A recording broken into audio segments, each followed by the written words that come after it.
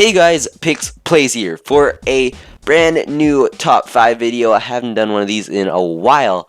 Actually, last video I did was technically a top 5.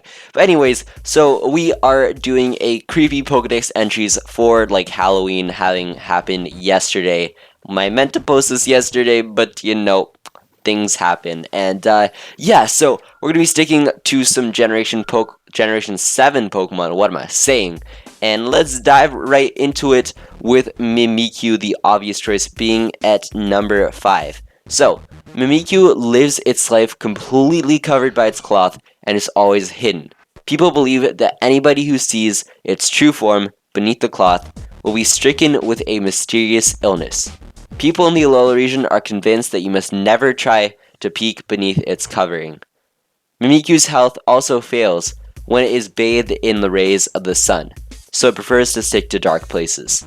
So that's just an excerpt of its Pokedex entry, but a few major flags that started popping up there. So first off, it lives covered by its cloth and is always hidden, but that's of course because of its condition, which is, if it doesn't have the cloth on, it will strike the people that look at it with a mysterious illness. We don't know how severe that illness is, but like considering people are so scared of it, it probably is something pretty serious. And also, it prefers to stick to dark places because sunlight hurts it, so it's kind of like a vampire type situation. However, Mimikyu doesn't like actually want to be evil. It doesn't have evil intentions. It puts on the cloth because it wanted to be loved by humans. It wants to be friends with them, and it doesn't want to strike them with a mysterious illness. And of course, it doesn't want to get burned in rays of the sun. So for that reason, Mimikyu's not like higher up on the list. He's not truly evil, not trying to hurt anybody. So he's just gonna be at number 5. And it could be a she too. When I say he for Pokemon, I don't mean it's only one gender. Alright, anyways, so number 4 is going to be Decidueye. And Decidueye is the final evolution of Rowlet, which is my favorite starter. What team are you on? Comment right now. It's such a big debate. It's the starter designs are so cool this generation. Like, how can there not be a debate? Anyway, so Decidueye, let's read its entry. So, this Pokemon is able to move while completely masking its presence from others. Once an opponent has lost sight of it, Decidueye seizes the chance to attack it unawares. Oh my goodness, is that a typo? I got this from Cerebi, so there might be a little bit of typo there. Okay, so to attack it unawares. Huh. Anyways, you get the gist of it. And in a tenth of a second, Decidueye plucks an arrow quill from within its wing and sends it hurtling towards the target. So, again, major red flags. So this Pokemon is able to move like completely invisible to others. Not like invisible as in it can turn invisible. It just like is able to camouflage itself and like just pop up behind you and hit you with a bunch of arrows and you are toast or dead. Yeah, probably. And you know, the thing is about this is that Decidueye actually has evil intent when it wants to hurt people, whereas Mimikyu can't help itself when it hurts people. But still, Decidueye isn't like too creepy. This is more of a defense mechanism and is like a pretty normal thing around the Pokemon like community, I guess. Pokemon community. the Pokemon across the regions. What am I saying? Alright. Anyways, onwards to number 3, which is going to be Tapu Lele, which is also recently announced.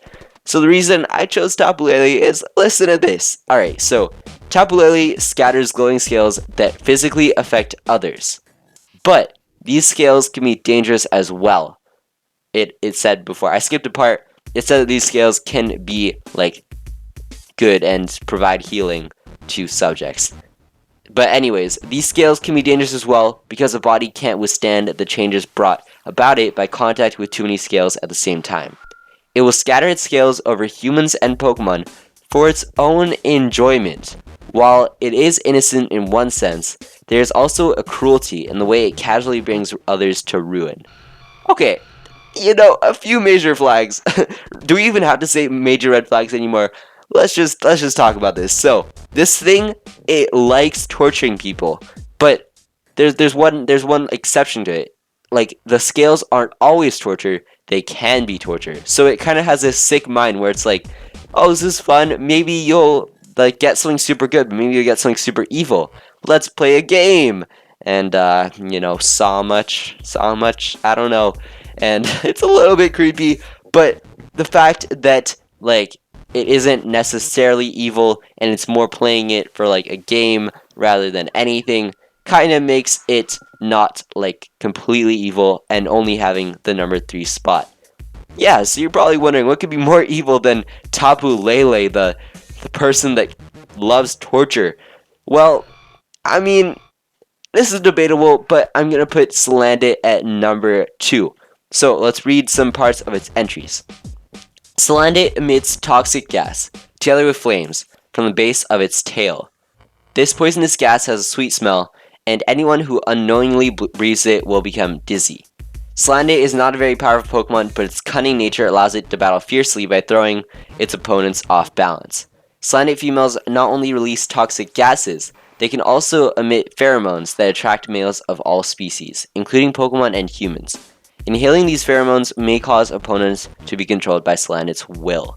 So the beginning is kind of cool. Like people will get dizzy if they go too close to it. That's more of a defense mechanism, and it's not like Salandit's trying to hurt the person. Well, it's kinda, but it's trying to like throw them off.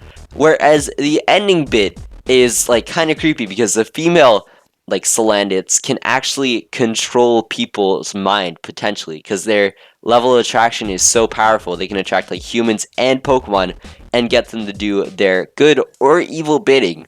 That kind of puts it pretty high up, and the fact that of course it can poison anything kind of makes it a little bit scary.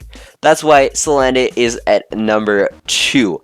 It has more of a like intention to hurt people with that last line saying that it like can control people, the females, and the females can control people and Pokemon. So it's pretty creepy.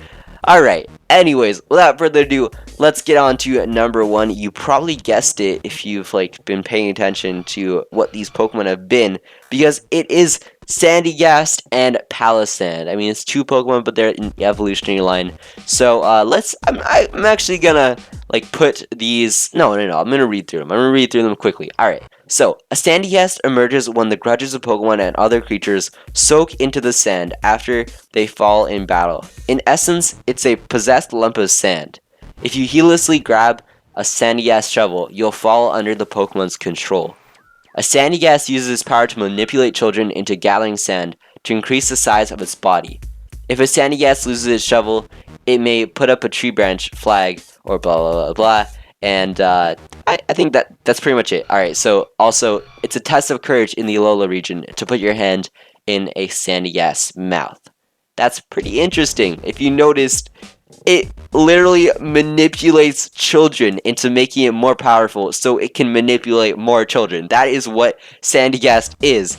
That is insane. And it like, when Pokemon fail in battle, it like takes their negative energy to become like to form. So it's basically formed off of negative energy. That how much creepier can it get? How much more evil can it get? Of course, it is a ghost type as well. A lot of these are ghost type. I think Mimikyu, Decidueye, and Sandygast / Palossand are ghost types. So that's pretty interesting. I'm pretty sure. I didn't memorize the types by heart. Anyways, let's get on to Palossand. It gets a little bit more messed up. So, Palossand controls human adults, making them build a sandcastle that provides camouflage, and it also raises its defense abilities. Unlike Sandygast, if Palossand loses some sand from its body, it can restore itself on its own. When moving about in search of prey, the shovel on top of Palossand's head revolves. It's said that the shovel could be serving as some kind of radar. And also, Palossand loves the vitality of Pokemon and drags small Pokemon into its body so it can steal their life force. That is pretty messed up. So, first off, it can control human adults, not just kids. It sucks Pokemon in and takes their life force out of them. And also, the shovel on its head moves around and acts as a radar to get more Pokemon to come from it so it can trap more Pokemon and suck out their energy. I don't know, that's a little bit messed up. Anyways, we're about to reach 10 minutes. I don't want to go over 10 minutes. I hope you guys enjoy. Name's PixPlays. Leave a like, comment, and subscribe, and I'll see you guys all in the next video. Bye!